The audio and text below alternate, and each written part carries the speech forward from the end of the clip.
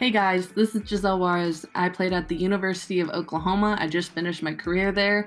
And to cap it off, we ended winning a national championship. It is something that was so special for me. And right now, we're actually going to do a replay about the last 4 pitches of the final at bat. I'm really excited to go over this with you guys and kind of just share a little bit more about what was going on inside my head. So I'm super excited for this. First, we're going to just watch through and we're going to get an idea for the situation and what was going on. So we start with the 2-2 count. The score is 5-1. We're in the bottom of the 7th, and we have 2 outs. And I remember the moment feeling super big. So the sequence, the first pitch was a curve. We went off speed. That right there was a rise. Mendy was okay after that, by the way. We'll see that a couple more times just as we watch through. And the final out was an off-speed pitch.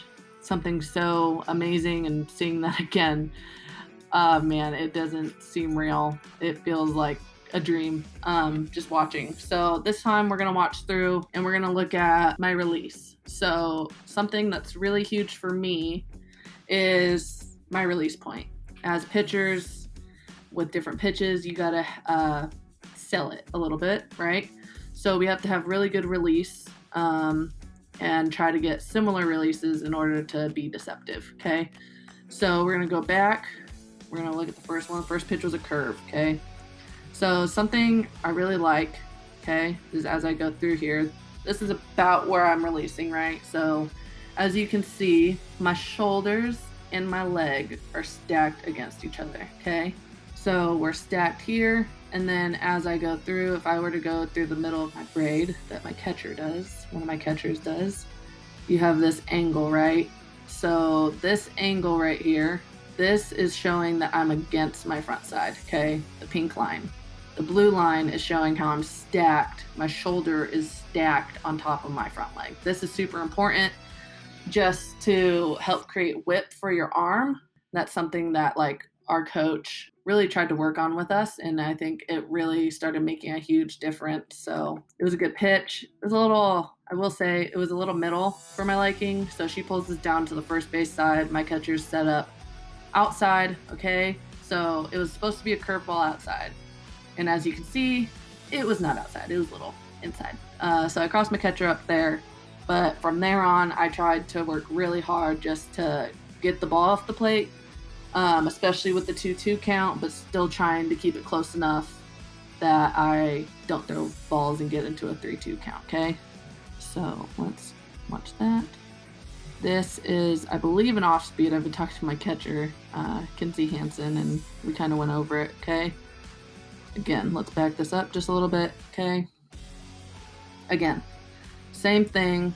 We have shoulders on top of each other, right? And my head is at an angle, okay? So let's draw the line. Let me get there, okay? So you have that line, okay? And we have the shoulder being on top of the leg. Really good position. Again, it's an off speed, so my body is selling this pitch as well as the spin. So I throw an off speed rise ball. I know some of the announcers had said that I was throwing a circle changeup, but it is actually an off speed rise that I throw. Let's clear this and let's go see the rise ball. Let's look at the location of this now. So the other pitch was middle, okay? And my very next pitch, low and away. So we had a pitch that was probably right about here, okay? Then you go outside and low, which off speed should be low, shouldn't be belt high. Okay, so it's good height, right about at the knees, and she has to extend her arms. So really good location-wise for me. She fouls it off. She gets a new life, but I'm still alive and still have a chance to win the at-bat. And so in my head in that moment, I was just thinking, okay, she fouled off another pitch. It's time to keep going at her, and just get after it, okay? So let's go back, watch the next pitch, okay? Okay, let's go here. Let's back it up just a little again, okay? I'm just going to go through this one more time. Really good against my front side. Really good on top, keeping my shoulders stacked on top of my front leg, right? but still being at a good enough angle to be against it and really create that whip and snap at the end, okay? So I gotta make sure as I keep playing, I keep doing these types of things, all right? So really good. Now let's see the location of this pitch, okay? So now I said this was a rise ball, right? So again, my catcher is set up on the outside corner. So I would say it's a little middle, a lot of middle. At least I'm honest with myself, okay? But because it is elevated, she has to come up out of her legs and really reach for it, okay? My right fielder, Nicole Mendez, she almost makes this play. I'm really glad she was okay after.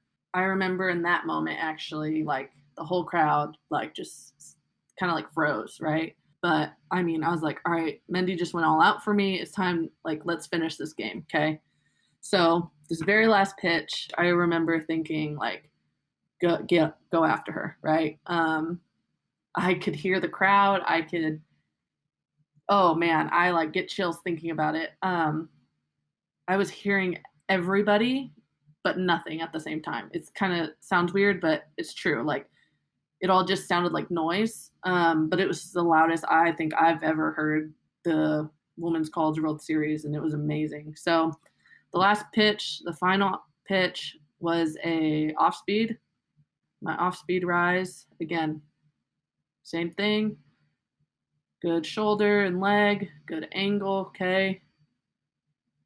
She pops it up to me.